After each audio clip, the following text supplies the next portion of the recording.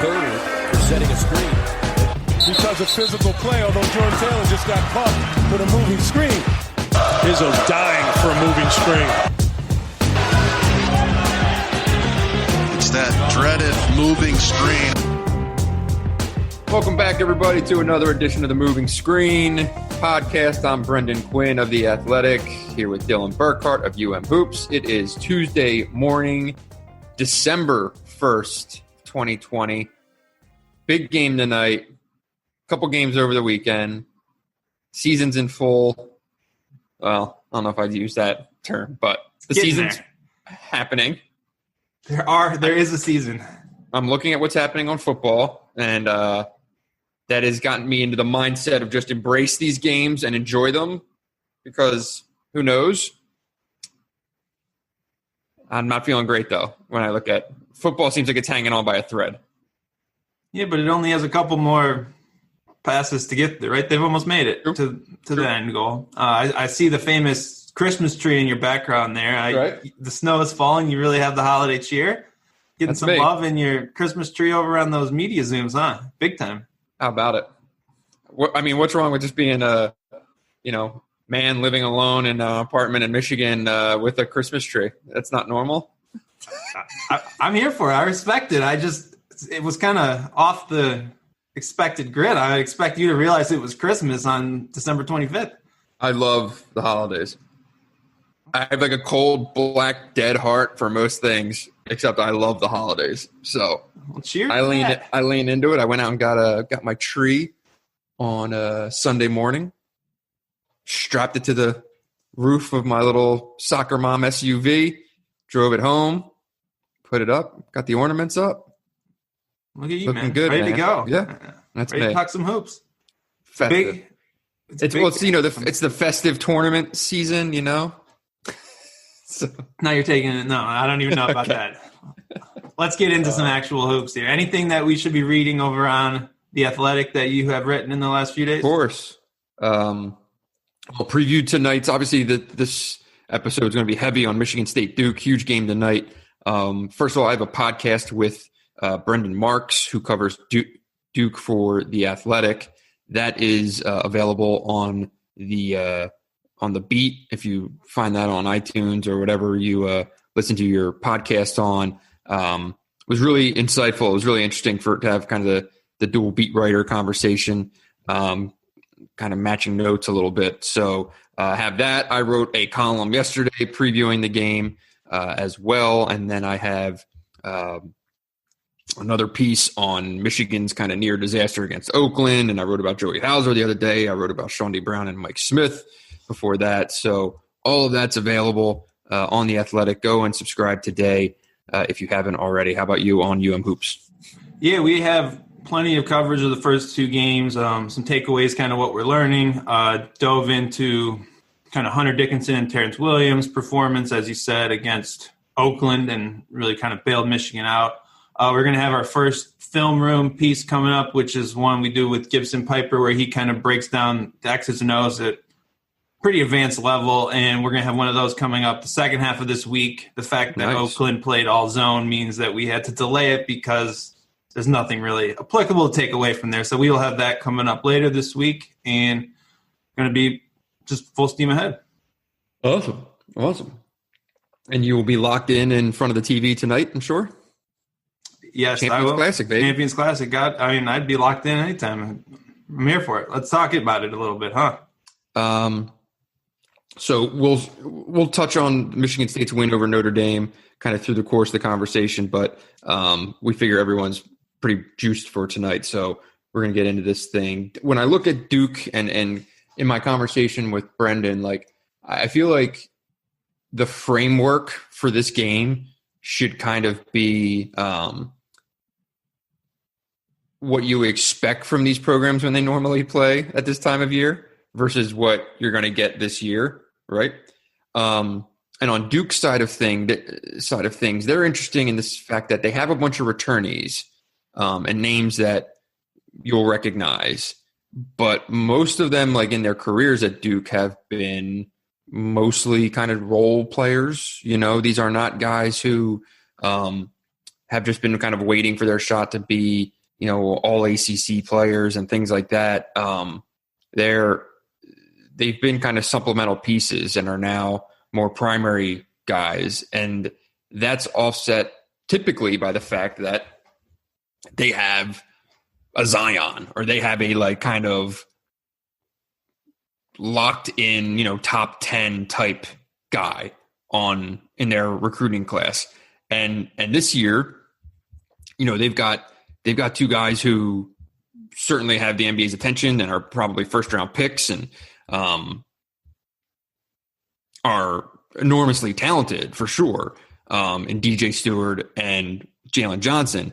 But they're not they were not projected coming into this year as the 6th pick in the draft and things like that. So that's kind of my read on Duke. They have questions at point guard the same way Michigan State does. And they have questions at the 5 spot the same way Michigan State does. So I think it's a really interesting matchup. I think it's there's a whole conversation here of what the rotations kind of match up as, and if Michigan State tries to play their 5s a lot, or if they just kind of lean in more to the matchup versus Duke, which would be a little bit smaller. Yeah, I think you're kind of selling Jalen Johnson a little short. I mean, he's going to be a lottery pick. He's projected as a lottery pick. He's a borderline 15. I think we have him projected at the 18th pick in the draft. I'm saying yeah, there's not a Zion. Okay. Yeah, Duke usually has a dude who going into the year is a national player of the year candidate before he steps on the court. I'm just saying there's not that level. Jalen Johnson's phenomenal. He also, and his 19-9 have people saying, oh man, he could be this and this. It was also against the Coppin State team that I don't think had anyone that was taller than 6'6". So, we'll see. But you can't forget, you got to remember the 7 when you throw out that 19-9. He turned the ball over 7 times as an opener too. Yes. Which is hard to do. I think that Duke is pretty much what you expect from a Champions Classic team other than Michigan State. Well, I guess Kansas kind of falls more toward Michigan State's model at times, where you'd expect them to be a little more experienced in these games at times. But Duke and Kentucky, often you see them show up with a bunch of kids who are playing their first or second college game and are going to be the most talented play. They're going to play the most games in the NBA. They're going to be in the NBA faster than a lot of other people. But who the hell knows how ready they are to play? Obviously, they were 30-something point favorites against Coppin State and won that game by 10. So I think that you have the talent, right? It's not just Johnson and Stewart. Jeremy Roach is a heck of a player too. Those guys are all going to be really good. They're going to be really good later in the year. But man, I don't really count on Wendell Moore and Jordan Goldwire to be those. If they're playing, it's because the other guys aren't ready. It's not those guys are just guys. They're not going to carry a team, right? So that's where I come down on kind of the initial reaction is Jordan Goldwire is your point guard. It's sort of okay, he's not going to be a great point guard. He can run the team if everyone else is that good. Sure. Matthew Hurt, I think, is kind of an X factor here. Mm-hmm. I think he is sort of that pick and pop stretch big that can do a lot of different things. Be interesting to see how that matches up with Michigan State. Does Michigan State try to go with being what's weird about Michigan State is they don't really have in previous years you would take a Xavier Tillman or a Nick Ward and you would just throw them the ball inside over and over. That's not an option. That would be what Michigan State did in these early games.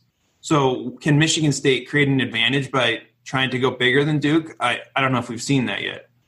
Yeah, this was kind of one of the big themes that I talked about last night. But I don't know what the advantage is that Michigan State really gets of playing its 5s at that size. You're just probably not getting the production there. Maybe Bingham defensively can give you something, but if they're going just Jalen Johnson and Matthew Hurt at the 4-5, you're not pounding Thomas Kithier, right, for buckets. So you just match up at that point. And the good thing is, frankly, Joey Hauser, I think there's probably some questions about him defensively. There's always been questions about Matthew Hurt defensively. You can probably just put those two right on each other and cancel it out, right? Buckets for everyone. Exactly. And then, for me, I think Michigan State probably just leans more into matching up with Duke. I just don't see an enormous advantage of going, straight center play in this game. So, the matchup with Jalen Johnson is what really interests me is who is the best look there, because he's 6'9", 225, but he can rebound and run. He's a guy who pushes the ball. He made his only three. That he is a guy who can play on the outside, has the ball in his hands. There's a reason he had 7 turnovers. But he can just do a lot of things. So I'm not sure who's the best matchup there. Yeah, so from a Michigan State perspective, if you play a big, so say you're playing Kithier or Bingham, let's just even say Bingham, who has been playing really well and gives you some of that defensive upside. I think all of Michigan State's best moments defensively almost have been with Bingham anchoring the back line, and that's trending in that direction. So he guards Matthew Hurt, so that leaves what? Hauser to guard Jalen Johnson. I don't think you want that matchup. No. Do you put Bingham on Jalen Johnson? Whereas if you just put Hauser on Hurt, the rest kind of falls in line, but you maybe lose that defensive upside with Bingham. So you have to figure out if there's somewhere you can put Hauser where he'll be okay defensively, because the obvious answer is to just go with a combination, to me, of Hauser and Bingham playing the 5, and they can match up with Hurt or whoever else Duke puts at center, right, and then put Aaron Henry on Jalen Johnson, and everything else just kind of falls into place, right? Yeah, I think I like Aaron Henry and Malik Hall getting minutes on Jalen Johnson. Do you agree? That seems like the obvious choice to me, especially because you have so much perimeter defensive depth already, right? You can put – I don't think there's someone else you're that worried about. You can put Rocket on Stewart. You can really match up pretty effectively, and I think – probably if you're going to go that small, switch a lot, deal with it that way as well. So that seems like the obvious answer, but it's not really how I wouldn't see Michigan State starting that way just to match up. I think they'll try to play straight up out of the gate with kind of a similar starting lineup. Do you agree? Yeah, I think so. And so you mentioned the guards. We can sit here and talk about these matchups as much as we want, but more and more, I've been thinking that this might come down to point guard play. Duke's basically using 3 guys at times at point, and Jordan Goldwire is starting. He's a senior who's been through a lot at Duke. He's seen everything. He was a former 3-star guy that has actually just been in the program and eventually got a role just almost by being there still. And also started Joey Baker, who is probably going to ultimately be more of a supplemental piece, but he got the start here, probably more of a nod for being, a returnee and kind of easing into the season. But, that was the starting backcourt. But at point, it's really Goldwire, Jeremy Roach, and DJ Stewart will get some time there. And, Roach is still kind of recovering from an ACL last year, but is playing, and DJ Stewart's a big time scorer, made 4 threes in the opener. On the other side, obviously, it's Rocket and Foster. And so for this game, it's going to be up tempo at times. It's going to be, I know there's no fans there, but it's still going to be Cameron. And I think this is going to be a really good portrait of where Rocket Watts is right now, because I think we both like a lot of what he did against Notre Dame. I thought he took a big step forward from the first game. But what does he do in this game? And it's not only defensively, but also, on the break, is he locked in on making the right decisions? Does he know when to go and try to score? Does he know when to bring the ball back out? Does he know when to not force passes? Things like that. He's going to play bulk minutes. I don't know what Foster Lawyer gets here, because if you're switching guys all over the place and they just try to bury him on post-ups and stuff like that on switches, I don't know how long that lasts. We all remember what happened to Foster last year against Duke. Is he a guy who plays 10 minutes tonight? Is he playing 20? I don't know. I mean, if Jordan Goldwire's out there, Foster Lawyer can probably play, right? It's not like you're putting him on an island against Trey Jones or someone who's going to just tear him up. Can we just take a minute to acknowledge that all the players who aren't starting in this game could probably make a team that would actually win the game against either of the starting lineups. If you take like Watts, Bingham, Hall, Brown, DJ Stewart, there's a lot of symbolic starters in this game. Jeremy Roach, like those are the better. That team would probably be favored against the two starting lineups. So a lot of early season, I'm smarter than you coaching decisions going on in this game. Yeah. So these are not the starting lineups either of these teams are going to be playing in March. I guarantee you that. Right. I mean, Joey Baker just shouldn't be starting. And you have starters playing 15 minutes against Coppin State. It's clearly you're just doing too much a little bit. So it does make the matchups interesting because we'll learn, I think, what each coach really wants to do by the end of the game if it's close and what they really go with, right? So the starting lineups are a bunch of bullshit. Beyond that, I think Foster – so Foster's been – the stat that keeps standing out to me is you look at what Michigan State's done this year, and both games have featured a lot of possessions against zone. Obviously, Eastern played all zone, but Notre Dame played zone on basically a third of its defensive possessions in the half court, which is pretty significant, and Michigan State was really good against that. So it'll be interesting, I think, to see Michigan State for a whole game against man-to-man. I think Michigan State's offense has kind of been so effective that you haven't had to learn much about the playmaking abilities, right? Like everything's been one pass away for an open shot, and then they make the shot, and that's great, right? I don't think Michigan State's really had to get those tough buckets against a defense that's really locked in. Will Duke be that? I don't know. I think that's when you need Rocket, right? Like Rocket's a luxury when your offense gets whatever it wants. But what about when you need someone to make a play? A lot of Michigan State's ball screen actions against Notre Dame were sort of just to run like motion, right? Like it was like, I'm going to take a ball screen and I'm going to make one pass over and the guy's going to have an open shot or drive and we're just better. So that works. That's not going to work forever. And I think the question is, like, it works against a team that totally lacks athleticism and size, which is Notre Dame, which is not. Exactly. I mean, they were just blowing by them on pretty straightforward actions as far as what I watched. That probably won't happen against Duke. It might happen because of inexperience, but then I want to see, like, man, is Aaron Henry really going to be this guy who you put the ball in his hands every time he makes a play? I think he is. I mean, I think that's what it should be. So that's what I'll be looking for. As far as the backcourt minutes, it just has to be Rockets sooner than later, right? I mean, I just don't know what we're doing with, like, Lawyer's, I think, proven that he can play minutes, but you just have to flip those, right? He can give you those spurt of minutes off the bench. He can make some shots. He can run the team, and he's coming along. It's just I don't see him starting over Rocket long term.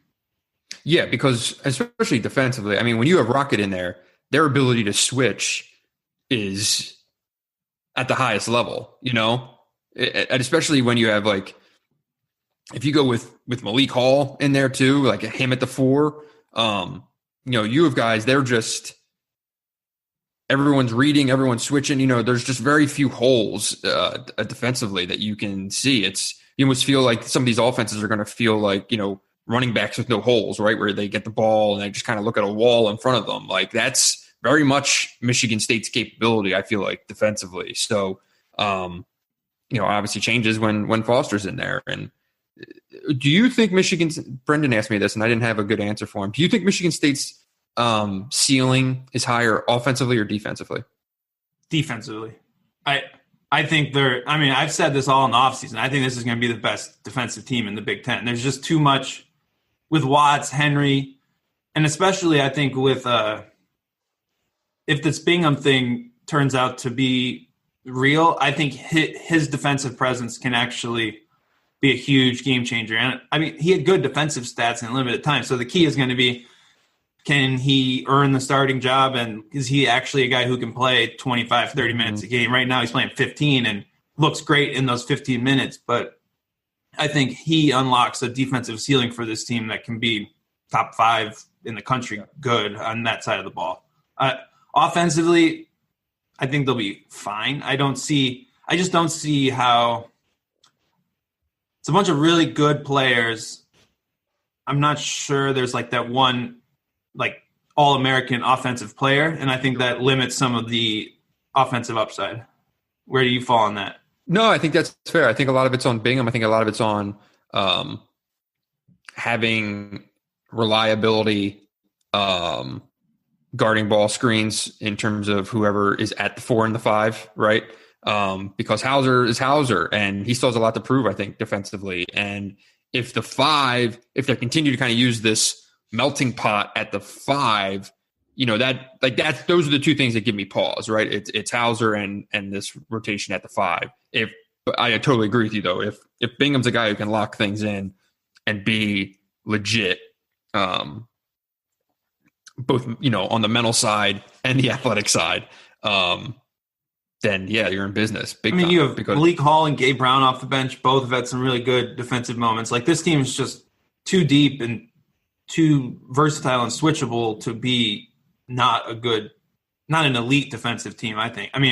Aaron Henry's been incredible on that side of the ball, and he already was incredible. I think he looks physically in like a different kind of level of just how he moves on the court. I think that's a huge step in the right direction. Yeah. I don't see them struggling defensively, even if you say Hauser's a mediocre defender. Mm-hmm. It's not like it's still a tough matchup to pick on when you have a guy who maybe can't guard in space, but will grab rebounds. Like, sure. He can get around the court, So what do you think of Hauser so far? You've seen him in 2 games. He's kind of done a little bit of everything except the thing that was probably the most billed, which is his 3-point shooting. So what are your kind of early thoughts on him? Yeah, I'm not going to worry about someone's 3-point shooting from 6 shots. We can have that conversation in the second half of the podcast too. But I think I'm just fascinated to see where his role will end up. I think he plays a little more like I think he needs to be like, he's been really effective inside, probably more effective inside than I anticipated. I think his ability to start the break is a really interesting twist as far as just because Michigan State's going to be so good in transition. It's a different transition attack where you kind of have a versatile big who can trigger that break. So that's intriguing. I think he's there. It'll be interesting just to see how his role digests. And I want to see or progresses, and I just want to see him continue against better competition. Where do you fall? And you're driving the Hauser hype bus right into the snowbank over here. I like what I've seen. I think in terms of a guy who was off as much as he had been, that his early kind of adjustment into the rotation's been really solid. I think that his rebounding certainly better than I thought it was going to be. I know it's against, not only 2 teams that aren't great athletically and have a ton of size, but also play zone, and you're kind of more susceptible to getting rebounds. But, Hauser, or giving up rebounds, I should say. Hauser, though, I think I haven't been dissuaded from any of my preseason beliefs, I'll tell you that much. And I think he is going to start to see some more shots fall. And the fact that he's being productive right now without making threes, I think should be considered a huge upside for this team. Yeah, so his offense so far, basically almost half of his points have been in transition, where he's been really effective. A bunch of points cutting to the basket, which obviously you're going to get against a zone, right? He hasn't scored in a spot-up possession, which is what you would think would be what he's all about, right? He's going to hit those spot-up jumpers eventually. He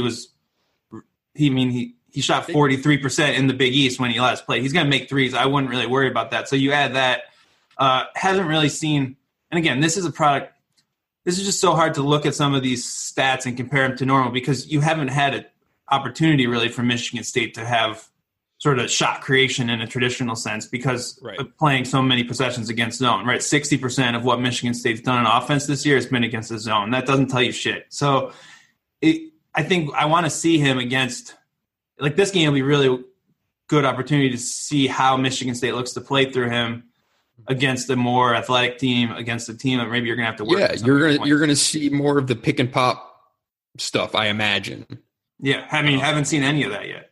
Right. Yeah, and like the threes that he's had have all been good looks.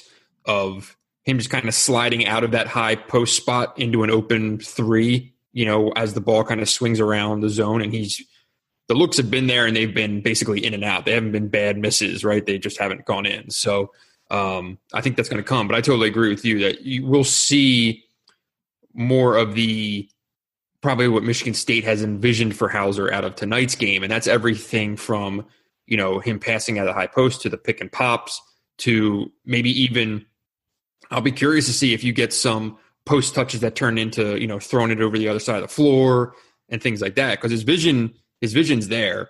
And you brought up his ability to kind of trigger the break. I like the fact that it's not only catch and pass, but he can go. Yeah. He can put the ball on the floor and get you up court. And now you have Rocket and Josh running down the wings with Hauser with the ball, who's a great passer, dribbling down the middle of the court. That's pretty good, man.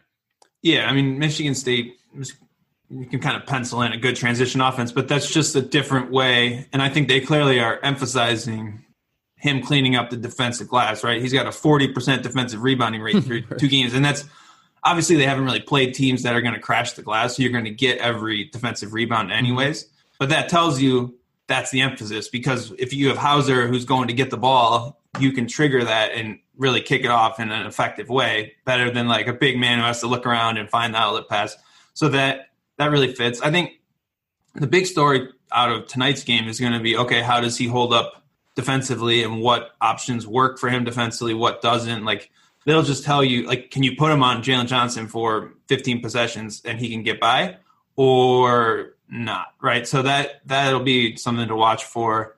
And then eventually, the threes will fall. I'm not worried about that at all. Turnovers are a bit of a concern, but that mostly was just the first half of that first game, right? So right. Yeah, I thought that was kind of a admiration. Yeah, like not a big deal. Go ahead. No, go ahead. So I'm going to tweet this out later, but Josh Langford, this is amazing. You ready for the other 9 starters? The first time Josh Langford played in the Champions Classic.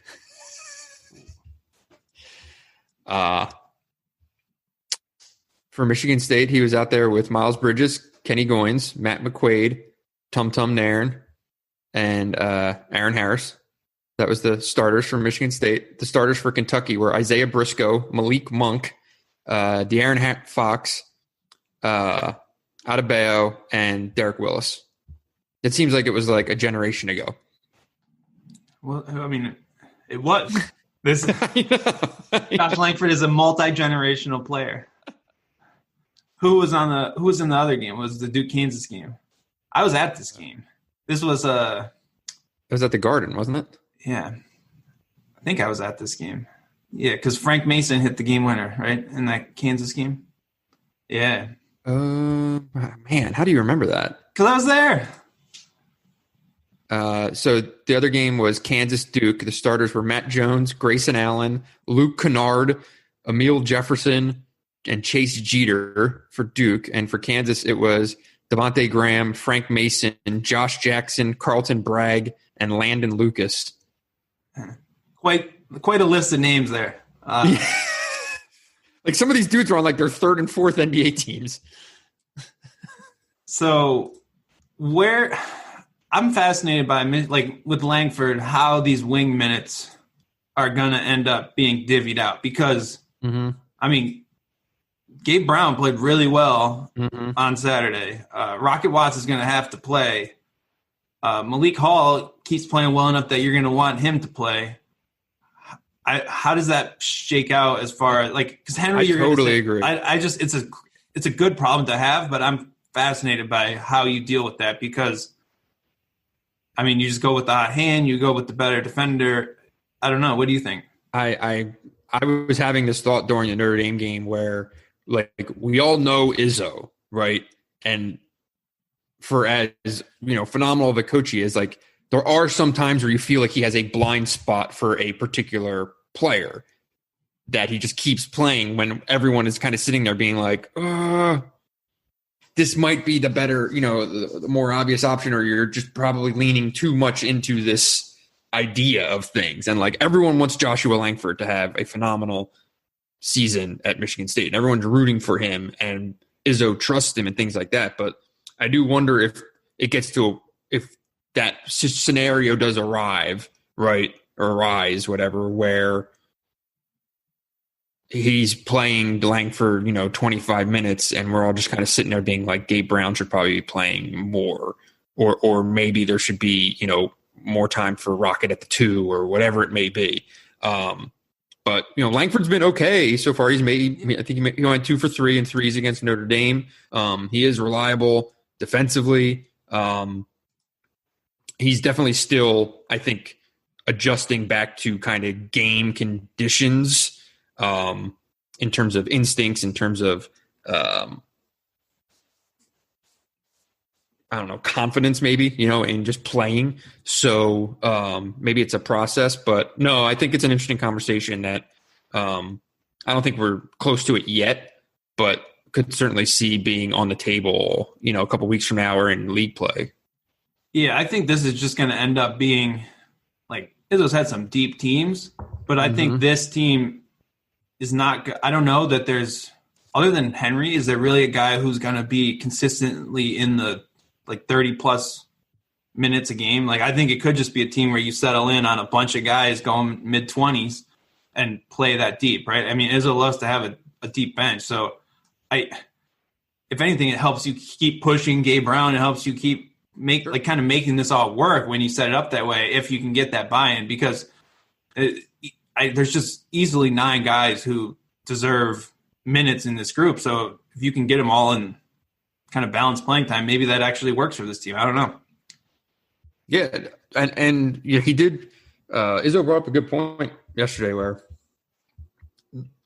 you do need to be prepared for weird things to happen this year. And, if you're just rolling out a 7-man rotation just because you're trying to win games in December, you might pay the price in February if the season's still going on. But, I agree with you. It's a good problem to have. Because you can just ask those guys to go play their ass off for 6 minutes. Sure. Like, we've seen, Cassius Winston has going to guy playing those minutes. He's going to have to kind of pace himself and find his spots, right? Right. Same with Tillman. He played crazy minutes for a big man. You can say, all right, you're only going to play 20 minutes, so you better not lollygag it out there. I'm going to put your ass on the bench. So that works.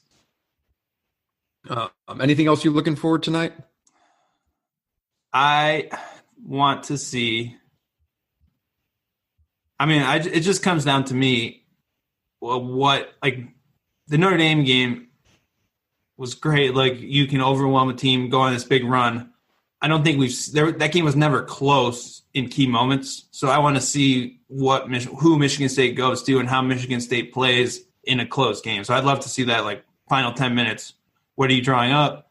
What are you trying to create in those situations? Who's on the court? There's just so many questions that the Notre Dame game wasn't a 10-point game. Michigan State was up, whatever. Yeah. That was one of the most epic backdoor covers I think I've ever seen. But So I want to see that and just how crunch time minutes get doled out. Yeah. I think it somewhat to do with that, but a little bit separately, kind of more individualized. Like Aaron Henry, they're clearly leaning into playing through him and letting him have the ball in his hands and letting him make decisions. And it seems like he's getting there. He's done some really good things, and he has shown progress from last year. And it's just sometimes as little things like, when he gets ahead of steam off the bounce on the perimeter, not just, settling for the 10-foot kind of floater. He's taking the 2 extra dribbles and getting to the basket and either finishing or drawing contact. He seems to kind of be playing with a little bit of a edge to him and things like that. Well, this would be the time, right? Let's see it on this stage. Because if he does it tonight, then it's it should probably be full buy-in on Aaron Henry, right? Mm-hmm. He's going to play a team that's loaded with, this is what Duke has. It's just a bunch of guards and wings and stuff like that. It's not, rotation of NBA bigs and stuff like that. So he's going to see guys with equal athleticism and strength and stuff like that. So let's see what he can do. I'll be watching him pretty closely tonight. Yeah, it's only 2 games, but his free throw rate is double what it was last year. So he's getting to the line, and that's a big step, which he just didn't really do that. He always had these tools, and he never really – it was that last kind of 10% of I'm going to go and use them in the paint to get to the rim and have that mindset. And I don't think he really had that in his first 2 seasons. Yeah. So I like Michigan State tonight. I think they're a little more experienced. I think they're further along. I think they got a lot out of from the second half of the first half onward, from the middle of the first half onward against Notre Dame. I think they found some things. And, I think it gives them a little bit of a benefit in terms of stepping into a situation like this, whereas, Notre Dame probably came out of the game versus Coppin State with, it was basically their first scrimmage of the year. None of these teams have had exhibitions. None of these teams have done anything. That was Duke's first look. Yeah, I think we saw some of that with Notre Dame, where that was their first game. And I think Michigan State definitely benefited from already playing a game. We've seen this phenomenon a bit already kind of across college basketball, where some teams are playing their first game a week into the season. And you don't really want to be the team who's played fewer games, especially when it's a big game. So I think Michigan State's experience advantage is definitely there. I do think that Duke probably has if there's going to be someone who just breaks the game open and dominates, I think it's probably Jalen Johnson or DJ Stewart going crazy. So I think they have the talent. It's just pretty much a toss-up of what you're going to get from them in this moment right now, right? So, like, Jalen Johnson could go for 35 and 10, or he could go 2 of 16 and shoot Duke out of the game just as fast. So that's just so could Stewart. Like Stewart took 19 shots in the first game, something like that. Yeah, and he was 10 of 18. So like he can get some buckets now. He just needs to. It's just you don't know. Like everyone on Michigan State has played in big games, right? This isn't new to them, and basically no one important on Duke has really been a key, like the guy out there on the court when it matters, right? I think that's just experience edge. Kind of reminds me of just like an early season game where the more experienced team is probably who you should go with. So I like what you're saying with Michigan State there. Yeah, and Cameron's usually probably good for 5 to 10 points at least. I think it's a moot point in this one. It's a true neutral court, so kind of throw that out the window as well. If this were normal times, you'd probably take Duke just on the basis of where the game is. But this ain't that. So I think I like Michigan State. All right, we are going to touch on Michigan here. Weird game over the weekend against Oakland. Ugly game.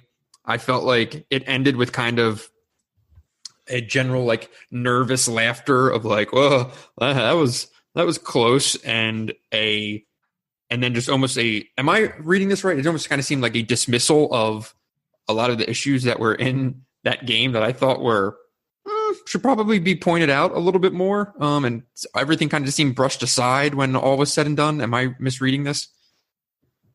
Well, I think you look at the first half, like Michigan, everyone said Bowling Green's going to be good. They're picked to win the MAC. You come out, you blow them off the court. Everyone feels great about themselves. Come back a few days later, everyone saw, Oakland lost by 50 to Xavier. They've played all these games. Michigan did not look like Michigan was trying to do the right things against Oakland zone, but the execution sort of across the board was just not there, right? You had to be ready to make passes in a certain way against the zone. You have to pass fake, shot fake, move the ball. And Michigan just didn't do that. They just kind of lollipopped lazy passes all over the court and just gave the ball away.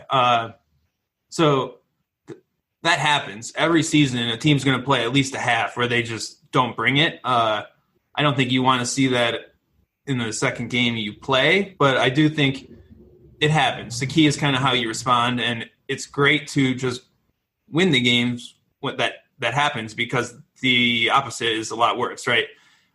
You're not going to see a team that plays like Oakland plays, so I get some of that, right? Like lazy passing against a weird trapping matchup, 1-3-1, whatever the hell it is zone, isn't like a long-term problem that you're worried about. Sure. If it was a team just playing man and you couldn't create any shots out of your offense, that's more of a long-term concern. So I get that side of things. I think for me, the biggest issue is I think Michigan's just spending way too much time not playing its best players, and certainly not playing its best lineups. Hunter Dickinson's clearly the best big man on the roster in my eyes, and he doesn't even play that much with the starters by default because of how you're going through the rotation. Same thing with Brandon Johns. Like, he needs to get more minutes at the 5, I think. So I want to see some of that cleaned up, but those are my initial reactions. Like, what are the big issues that you say are being dismissed or pushed aside? I thought it was just the general lack of intensity. I thought this was a team that just walked out there thinking that they're maybe shit don't stink. I don't know. Like, their defensive intensity, they never matched up with Oakland. Who's dismissing that? Like, I thought that in post game, first of all, like that Juwan Howard and Isaiah Livers especially probably should have mentioned the fact that or maybe been a little bit more perturbed with the overall effort, intensity, walking into a game mentally ready to compete. It just seemed like they kind of went out there. Now I get there's no crowd, right? And these games feel weird and stuff like that. But that's where I feel like Michigan's big advantage of experience should be like its greatest asset, that you've got guys who are going in knowing that, you need to be ready to play. And that wasn't the case. You shouldn't be relying on Hunter Dickinson and Terrence Williams to beat Oakland. In a game where, and I made the point in the column that I wrote, like, because of the nature of this year, like, your December bye game isn't quite as like a normal December bye game when you're going to play 12 whatever non-conference games and then have a full 20 game non-conference schedule. Like, these games matter more because things are going to be different. If you lose swaths of games, right, because of cancellations or whatever may come up, and like Michigan's non-conference schedule is shitty, right? It's not, there's not a lot there. There's not a lot there to build a resume. Well, if you go and lose to Oakland and you have that on your resume and you end up having, let's say 8 games canceled, whatever, that aren't on your tournament resume, that loss to Oakland could be major. And I think you just need more from your veterans, a greater sense of responsibility kind of coming into a game to be ready to play. And I just thought they lacked that. And I was just unexpected. I didn't see that coming. So a few things. Michigan's not particularly experienced, in my opinion. I mean, this team hasn't played together. They're old, but it's not like you have a team that just comes together and plays. Like, who's played, like, so you have Isaiah Livers and Eli Brooks. I don't think either of them are really are they going to demand accountability the way Michigan was experienced in recent years, right? It's not Xavier Simpson. This team doesn't know how it's playing yet. Like, there's so many uncertain pieces, right? Shawnee Brown and Mike Smith are old, but what you're talking about, like going into a game and, man, we're going to win this because we need to win it. We just need to execute. They've lost hundreds of games, right? Like, they've never been in that situation.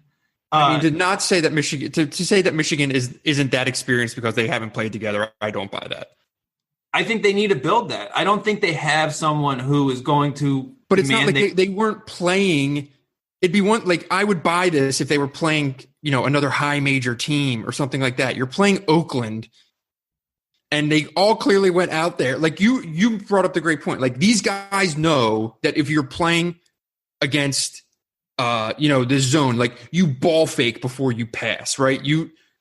They're basketball players who have played basketball games, and they were just, you said it yourself, these lollipop passes.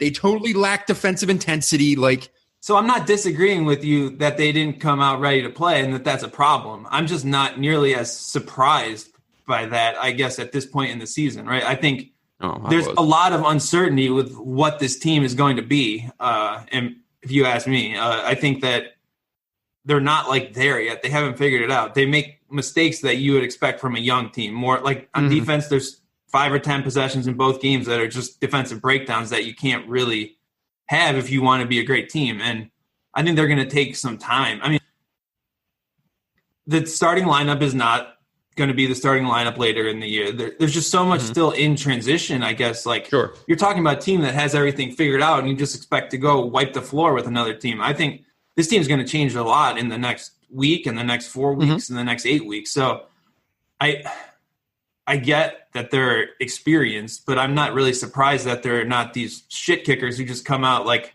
Xavier Simpson 2 years ago and just wipe everyone off the floor. And even those teams had those moments. So I don't think you can take for granted how much uncertainty there is both in like lineup combinations and in leadership, right? I think the little dust up with Juwan and Isaiah in the huddle is a point. Like, I think Juwan's going to have to shape a lot of the leadership on this team and make his impact felt more than really he had to at all last year. And I think for sure, I agree with that. He needs to be that guy early in the year. He probably needs to realize that he needs to demand more of that, whereas you could take it for granted last year, right? He needs to figure out how to get Isaiah Livers and Austin Davis to demand that out of the team as captains, and I don't know that they really have that in their natural toolkit right now, right? I mean, I don't know if throwing a Gatorade bottle and losing your cool on the sideline is really the way to go, but you probably have to figure out what the way to go is to get there. So for me, I'm not really surprised that they're capable of playing a shit half. I mean, I think it's great to learn those lessons in a 10-point overtime win instead of in a loss. And I think overall it was a shit game, not a shit half. Yeah, I think Hunter Dickinson came in and changed that game. He scored 19 to the last 37. What if he had picked up foul trouble in the first half of that game? Well, he didn't play. He doesn't play enough to pick up foul trouble. He didn't play for the first 9 minutes of the second half, and I do think it wasn't a well-coached game, right? Like, Michigan needs to play its best players. You auto-benched Mike Smith for half of the first half. You didn't play Hunter Dickinson until 11 minutes were left in the game. You're making it tough. And then if you don't auto-bench Mike Smith and you bring him back in, all of a sudden maybe you're up 4 at halftime instead of down.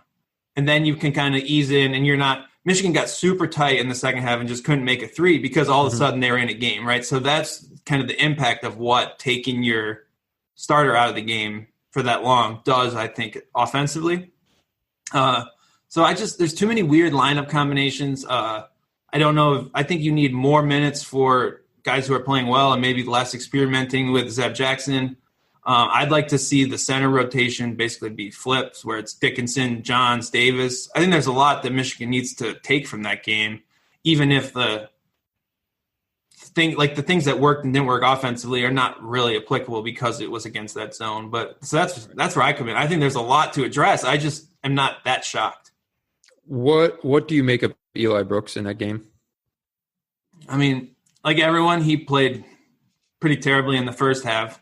I think probably the most disappointing part of him turning the ball over 5 times is that a game against a zone team like that should actually be where Eli Brooks is most comfortable running the team. Right. You're not like there's no ball screen actions. You're not trying to do that. You should just be moving the ball, getting it to the right spot, and then making open shots when it comes your way. The turnovers are bad, but I think you have to give him some credit. He did run the team for the last basically 15 minutes of the game when Michigan came back and won the game. So I think he got there at the end. The turnovers, I would have to go back and watch each turnover. There were a lot, but I think you'd want to see him be more of a game manager in that sense where you can count on him. Like, it's just, if he can't run the team in that sense in the first half, that's kind of concerning. But I don't know. What did you think? I don't know. It just seemed like uncomfortable. You know what I mean? And I get that the zone will do that to you, but everything that they were trying to do felt so forced, and especially Franz. But with Eli, I don't know. I was just kind of waiting for almost somebody to just kind of get their hands around things, right, and just kind of settle everyone down, especially when those turnovers started piling up. Like, just someone to kind of captain the ship, and was thinking it would be him eventually. And you're right, he did kind of down the stretch there and got them into their stuff, and things, kind of found a level of what they have 5 second half turnovers. Yes, and second half and overtime. Right. So, but I don't know. That's why I asked you, like, what'd you make of it? I didn't know if I was kind of having a hard time getting a read on him. If it's something that would be reason for any like concern moving forward or anything like that. I don't think it is. It'd be my instinct, but so I just think you have to count on Eli. I don't think Eli's going to be some transformed player who's doing things that maybe we didn't expect. But at the end of the day, I don't know that it's going to completely change my perspective. I think probably worth talking about Franz. I know you said what he did felt forced.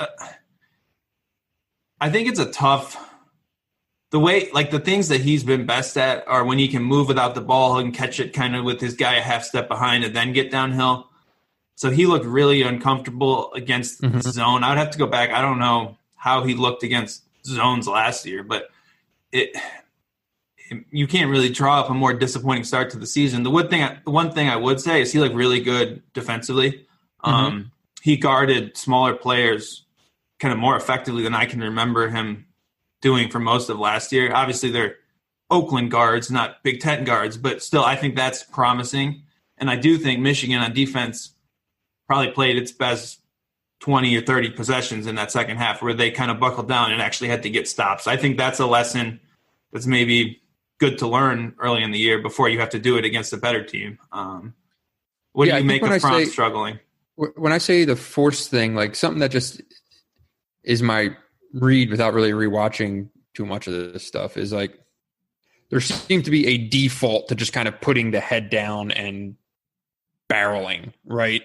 And it's what we'd maybe heard more so in the offseason was, his head's going to be up, right? He's going to be looking to pass. He's going to be kind of more of a playmaker and stuff like that. And it seemed a lot more like, he's just catching and just trying to go almost regardless of what's in front of him, right? And now some of the charges that have been called could have been questionable and stuff like that. But you also have to know the potential of what's going to be called, right?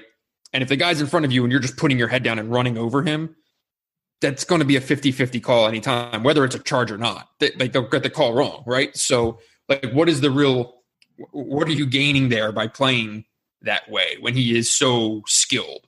So, I don't know if it's a measure of him playing a little bit differently or the staff putting him in different positions where when the ball's getting into his hands and stuff like that. That's probably something for a better basketball mind than me to answer, but it's just been he's just kind of seemed like he's almost just been stuck a little bit in between like neutral and drive or something.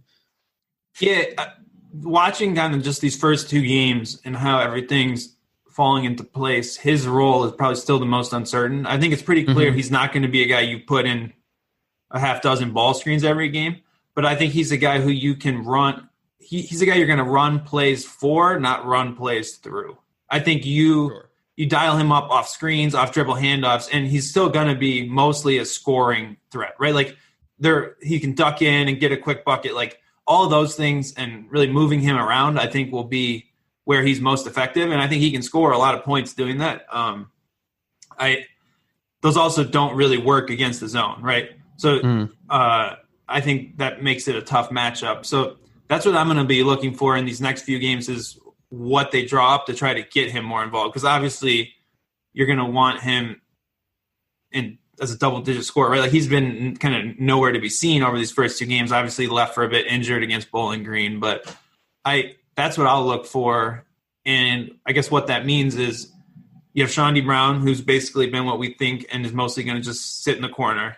You have Isaiah Livers, who has done a little bit more off the dribble, still an adventure, but I think Livers has looked good this year. So you have those guys who are all not really playmakers. And then it just comes back to, well, you're going to need Mike Smith when you play a man-to-man team to be the guy you run plays through to get the ball to other people. And that'll be the big question for me. So, when we talk about Joey Hauser, we shrug off the 3-point shooting, right? As it'll come.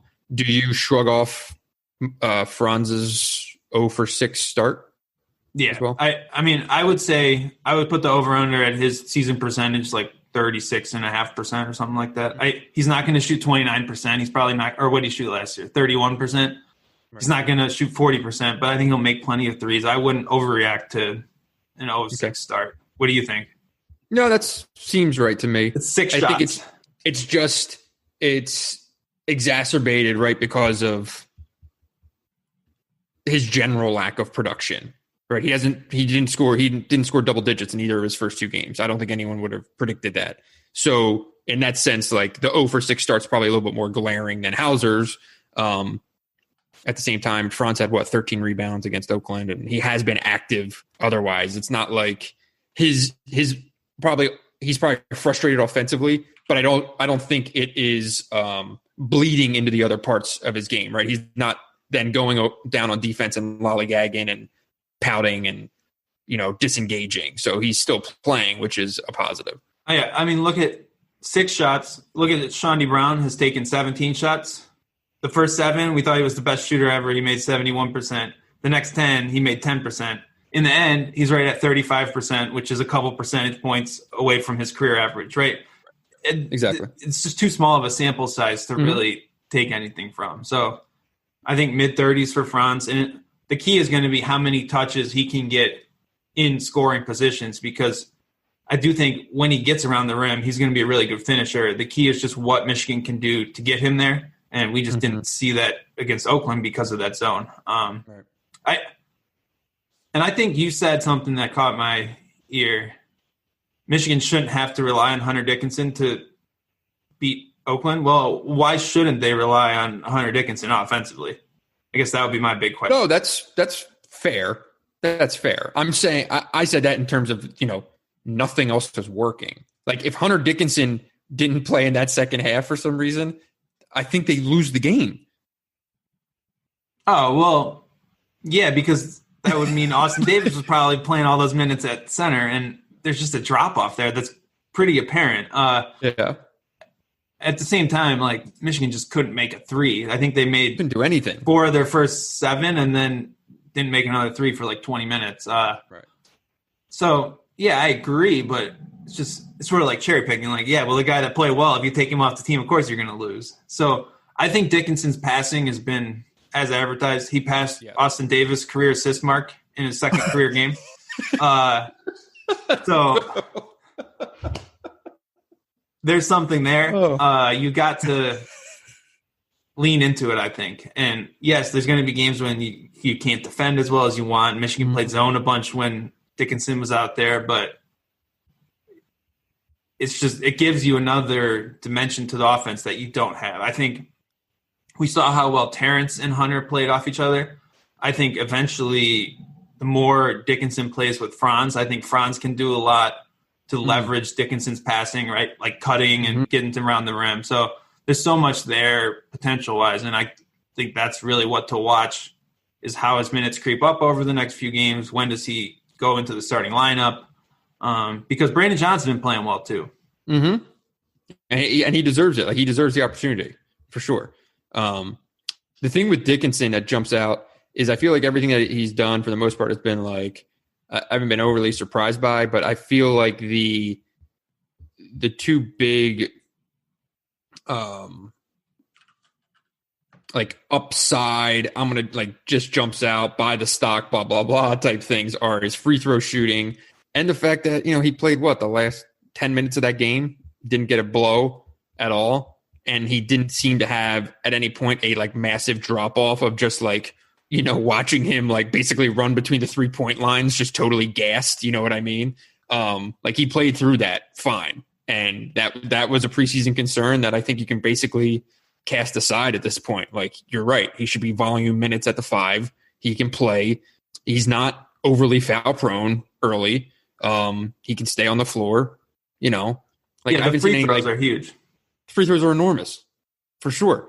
And yeah, he's a horse you can ride, especially when all else fails, when shots don't fall. It's a great luxury to have. He's going to have to go the other way in the post to score. I mean, like he turns his right shoulder on every post up to go. So he's going to have to develop that secondary move because that might work against kids who are a half foot shorter than you. But eventually you're going to get scouted. So that'll be something to watch. But I just don't even think it's his scoring really. Like he'll get buckets on high lows and seals, but it's going to be that ability to throw the ball into him and he can whip a pass across the court or wherever else. So there's going to be so much that can come out of that as he develops and becomes more comfortable. But he is going to have to diversify his kind of low post scoring arsenal, right? Especially when you come up against guys who can really defend the post, like a Kofi Coburn or someone like that. Mm-hmm. Mm-hmm. All right, I don't have anything else on Oakland. You got anything else? They play Ball State on what, Wednesday? That would be tomorrow. Yeah. I don't know anything about Ball State, so they don't play all zone, so that's good. That's nice for taking something out of the game. They lost their opener at Northern Kentucky by a point. Northern Kentucky should be more of Darren Horn at Northern Kentucky, right? I believe so. Yeah, should be more of a challenge along the lines of the opener against Bowling Green, right? Like a decent MAC team, probably 100 spots higher and 150 spots higher in Ken Palm than Oakland. So you show up like you showed up in the first half against Oakland, they're going to give you a run. So I think that's really got to have to be an emphasis for Michigan is like we need to lock into a game plan and be prepared to execute it in the first half and not just show up like it's open gym, even if it's an empty building. So that'll be what I'll be watching for first. Chances of a change in the starting lineup in this game. It should be 100%. Has to be high. Has to be really high, right?